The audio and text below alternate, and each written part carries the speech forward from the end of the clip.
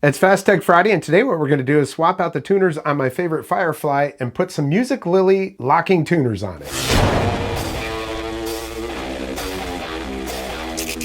Welcome back, I'm Tony, and Fast Tech Friday is where I do fast reviews of some of my favorite tech, and I love locking tuners. If you have standard tuners on your guitar, they're probably fine, but if you change your strings often and you like to do it quickly, and you also want a little bit of tuning stability, and I know there's a lot of argument about tuning stability and locking tuners, I believe that since you aren't making a bunch of wraps around that, the tuning post I mean, it eliminates the possibility of weather changes and things like that, making it so your strings loosen or whatever because there's all those wraps on there. When you have locking tuners on there, it's basically just a half a wrap around there and everything's locked in, and it does make everything really quick to do. And I've tried some of the budget stuff, and I gotta tell you right now, these Musiclily are super solid and only 30 bucks. This is my first time trying their locking tuners. I like them a lot. And if you're interested after watching this, I'll put a link down there for Amazon and for their direct website and a coupon code that'll give you 10% off. So let's go ahead and take a look at how I installed them and any potential problems you might run into. Let's go. So if you're unfamiliar with how these work, this little knob right here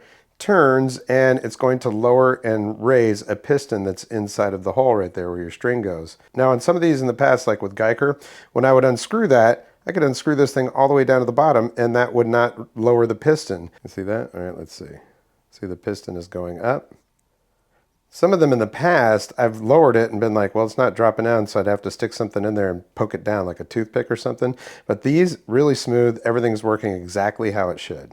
And you don't have to wrench it, just give it a little tighten and you're good to go. I don't have a deep socket, so I use these, which are kind of like vice grippy type things, but I put painter's tape on there so I don't damage the finish on the guitar or on the old tuners, or the new ones for that matter. This is the bolt that will hold it all together. And this is also very important. This is basically wax. This is some old lip balm that I stole from my wife that she wasn't using. And you want to get this on the screw so that it goes in smoothly and also comes out smoothly if you ever need to swap them out. So obviously the first thing you're going to need to do is take all the old strings off. If your guitar is set up like this, these pieces are going to come loose.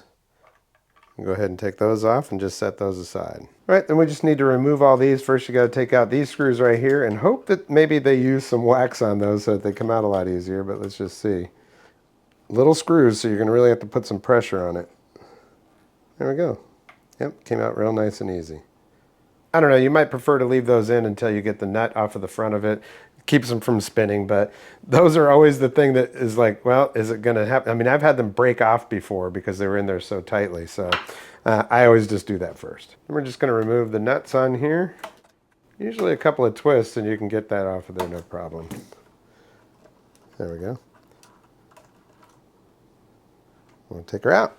Let's just see if these are an easy fit. Yep. And go right through. So we're good to go on that. Go ahead and remove the rest of them. And while I've got everything off of here, I'm going to go ahead and just give this and the entire fretboard a little wipe down. Get it all nice and clean. Might as well, right? Oh yeah, that looks really good now.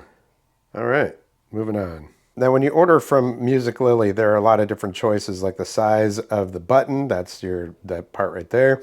There are different, they're staggered and all that, so make sure you know which ones you're getting. They do have some guides on their website to help you find that. These are 6 inline, and it's the regular size hex button on here. All right, so I'm just gonna go down the line and drop them on there. I'm gonna put one of these washers on there, and then we'll drop one of these in there, and we'll just tighten it up. Just thumb tight for right now, just to get them all on there. And one thing I noticed right after I put the first one on there is I was like, hey, these are a little bit shorter. So if we put these back to back, this is the old one, this is the new one, you can see that that is a little bit taller. But that's also because you have all that area for winds to be, and you don't have to have a bunch of winds. So I'm going to go ahead with it and we'll see how it goes. The other thing is this is the old one, this is the new one. The footprint is smaller, so I will have to drill new holes for that, which I hate to have to do that, but I will. Well, this is a slightly worse situation. We're going to see what we can do here. Some of the holes line up, some of them don't. And, you know, I don't know if that's because the old tuners that were on there or whatever. Let me just see what I can do. You don't really want to re-drill that. So this is where wax or an old lip balm come into play. We're just going to put the screw in there and get some of that into the threads. I'll squish it into the threads like that. Well, let's just see what we can do here. I mean, these are really just set screws to make sure that the tuners don't, you know, turn or anything like that. So what we don't want to do is strip it out. There we go. I think we can do this without re-drilling, right? I'll go ahead and do all the rest of these. Now this is why I always say don't panic when you're working on something like this, because while it might look like it's not going to line up and all that, maybe it does. And this actually lined up real nicely. Those screws went in there just right. And we're just going to go ahead and flip her over, tighten up those top nuts a little bit, and then we're going to string it up. I tell you what, I do need a better tool than this. If you have any suggestions for that, like where can I get a nice socket, I'm sure Stu Mac, or something so that I can, you know, get that final little tighten. Now, you don't want to wrench those down. Yeah, I just turn them until they feel like they're secure, snug. All right, so I'm going to turn each one of these so that the hole is actually facing directly towards the nut. All right, so I've got all of these lined up with the nut. And the reason why you want to do that in advance is because unlike standard tuners, you're not going to be wrapping around the post. You're going to put it through there.